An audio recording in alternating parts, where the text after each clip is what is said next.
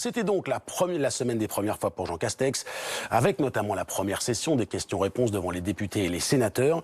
L'occasion pour le nouveau Premier ministre d'affirmer son style, rondeur et débit prudent, même si lors de ses déplacements sur le terrain, il a fait montre de fermeté. Caroline Miertomeno. Pour vous répondre, la parole est à Monsieur le Premier ministre. Ce sont les premiers pas, un peu fébriles, que Jean Castex fait devant les sénateurs. Je voudrais vous indiquer au préalable la vive émotion que je ressens et en ayant, vous me le permettrez, une pensée toute personnelle pour mon grand-père qui siégea pendant 9 ans dans cette assemblée pour y représenter le beau département du Gers. Avec son accent du sud-ouest, il n'échappe à personne que le nouveau Premier ministre est issu du terroir. C'est d'ailleurs la caractéristique qui le définit en premier. Issu de la campagne, de la France profonde apparemment. Voilà, c'est tout ce que je sais.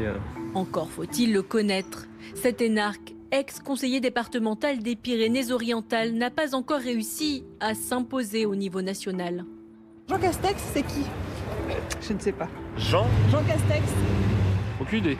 Je connaissais Dupond-Moretti, mais Jean Castex, ça me dit rien du tout. Nouveau Premier ministre, c'est ça. Ah, superbe. Je suis content de le connaître. Le Gersois souffre d'un gros déficit de popularité. Difficile de juger si sa nomination est une bonne ou une mauvaise chose. Presque un Français sur 2 ne souhaite pas se prononcer sur le nouveau Premier ministre. À l'Assemblée, l'accueil semble chaleureux. Merci.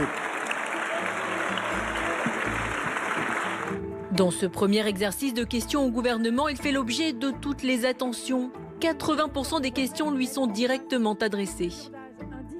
J'ai l'honneur de diriger ce gouvernement, qui sera un gouvernement de combat. Mais dans les rangs de l'hémicycle, tous n'ont pas l'air conquis. À écouter le Premier ministre ce matin à la séance de questions au gouvernement, je constate qu'il a pour mission de nous endormir. Il est là, il parle à 2 à l'heure pour dire des banalités.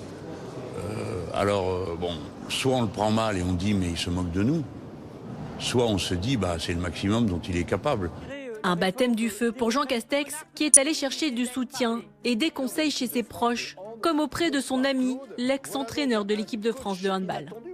C'est vrai que de temps en temps, la stratégie du coaching sportif n'est pas celle du haut fonctionnaire, grand serviteur de l'État. Donc voilà, de temps en temps, on peut évoquer des stratégies spécifiques. Donc il faut qu'il muscle son jeu. Jean Castex veut s'affirmer, asseoir sa position de chef du gouvernement. Alors depuis sa nomination, il occupe le terrain, multiplie les déplacements. Comme à Dijon ce vendredi avec le ministre de l'Intérieur Gérald Darmanin. Mais c'est bien le Premier ministre qui prend la lumière. Le Premier ministre, Comment allez-vous? ça va bien, ça va. C'est lui qui s'adresse aux policiers. C'est pour soutenir l'action et le combat contre toute forme de violence, toute forme de communautarisme qui porterait atteinte aux valeurs de la République, que je suis ici ce matin. Bonjour, enchanté, bonjour. Enchanté de votre venue. Lui aussi qui répond aux questions de cet habitant sur l'action de la police lors des émeutes à Dijon. Et les responsables associatifs étaient descendus dans la rue pour dire aux jeunes de se calmer, qu'on était en République et que la police allait intervenir. Et au bout de 48 heures, la police n'était pas intervenue. Les vrais coupables, ceux qui sont à l'origine de ces violences, on sait qui c'est. Et nous appelons à ce qu'ils soient sanctionnés avec la plus grande sévérité. Ils sont venus mettre en panique ici dans le quartier. Les accusés, ce ne sont certainement pas les forces de sécurité, les forces de l'ordre. Jean Castex ne baisse pas sa garde sur le terrain et dans les médias, comme face à Jean-Jacques Bourdin où il justifie ses choix dans la composition du gouvernement. Pour revenir à Gérald Darmanin, Oui. vraiment j'assume totalement cette désignation parce que M. Darmanin bénéficie complètement de la présomption d'innocence. Mais la marge de manœuvre du Premier ministre reste limitée.